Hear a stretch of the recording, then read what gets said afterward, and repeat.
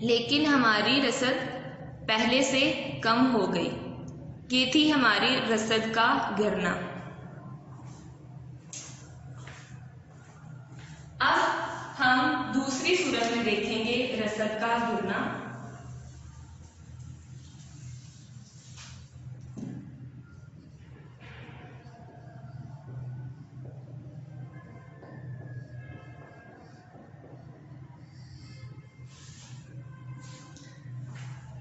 دوسری صورت میں رسد کے گرنے سے کیا مراد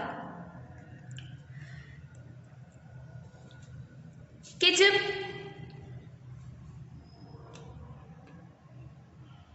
شے کی قیمت پہلے سے بڑھ جائے لیکن ہماری رسد میں کوئی فرق نہ آئے۔ قانون رسد کی روح سے جب کسی شے کی قیمت میں اضافہ ہوتا ہے تو اس کی رسد پہلے سے بڑھ جاتی ہے۔ قانون رسد تو یہی کہتا ہے نا کہ قیمت بڑھنے پر اس شے کی رسد میں اضافہ کر دیا جائے، لیکن اگر ایسا ہو کہ قیمت بڑھنے کے باوجود اس شے کی رسد پہلے جتنی ہی رہے تو ہم اس کو کہتے ہیں رسد کا گرنا۔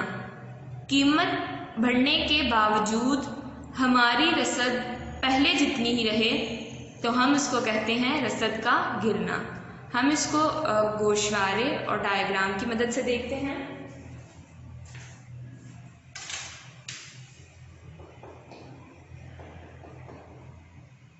قیمت، مقدار رسد۔ قیمت ہماری 2 تھی تو ہماری رسد تھی 10۔ قیمت ہماری 2 سے 5 ہو گئی لیکن ہماری مقدار رسد 10 کی 10 ہی رہی۔ ویسے تو یہ ہونا چاہیے تھا نا کہ قیمت میں اضافے سے ہماری رسد کو بڑھ جانا چاہیے تھا، لیکن ہماری قیمت بڑھنے کے باوجود جب ہماری رسد میں کوئی فرق نہ آیا تو ہم اس کو کہتے ہیں رسد کا گرنا۔ بڑھنے کی بجائے وہ وہی کی وہی رہی، 10 کی 10 رہی، ہم اس کو کہتے ہیں مقدار رسد یعنی رسد کا گرنا۔ گوشوارے سے ہماری قیمت 2 تھی، ہماری رسد تھی 10۔ اب ہماری قیمت بڑھ گئی ہے لیکن ہماری رسد میں کوئی فرق نہیں آیا، 10 کی 10 ہی رہی، تو ہم اس کو کہتے ہیں رسد کا گرنا۔ اب ہمارا خط رسد یہاں پر شفٹ ہو گیا، ایس ڈیش پہلے یہاں پر تھا، اب وہ اوپر کی طرف چلا گیا۔ جب اوپر کی طرف جاتا ہے تو ہم اس کو کہتے ہیں رسد کا گرنا۔ رسد کے گرنے سے دوسری صورت سے مراد کہ جب اس شے کی قیمت پہلے سے زیادہ ہو گئی، 2 سے 5 پر چلی گئی، لیکن ہماری مقدار رسد میں کوئی فرق نہیں آیا۔ یہاں دیکھیں، یہاں 10 تھی تو 10 ہی 10 ہی رہی، تو ہم اس کو دوسری صورت میں کہتے ہیں رسد کا گرنا۔ تو یہ تھا رسد کا بڑھنا یا گرنا۔ اب ایک سمجھنے والی بات کہ جب ہماری رسد بڑھتی ہے، بڑھ جائے گا رسد، تو ہمارا خط رسد نیچے کی طرف منتقل ہوتا ہے، نیچے کی طرف دائیں جانب منتقل ہوتا ہے۔ یہ ہے، آپ نے اس بات کو یاد رکھنا ہے کہ جب ہمارا خط رسد بڑھ جائے تو ہمارا خط رسد منتقل ہوتا ہے، اور اگر ہماری رسد گر جائے تو ہمارا خط رسد اوپر کی طرف منتقل ہوتا ہے۔ ٹھیک ہو گیا؟ بڑھنے کی صورت میں نیچے اور گرنے کی صورت میں اوپر کی طرف منتقل ہو جاتا ہے۔ تو یہ تھا پہلی اور دوسری صورت میں ہمارا رسد کا بڑھ جانا اور گرنا۔ رسد کے پھیلنے اور سکڑنے کی صورت میں کیا ہوتا ہے؟ جب ہماری رسد پھیلتی ہے یا سکڑتی ہے تو ہمارے رسد میں خط رسد میں ایس میں کوئی فرق نہیں آتا، بلکہ کیا ہوتا ہے، اس میں حرکت ہوتی ہے۔ یہ ایسے کی طرف ایسے اگر ہو رہا ہے تو اس کا مطلب رسد پھیل رہی ہے،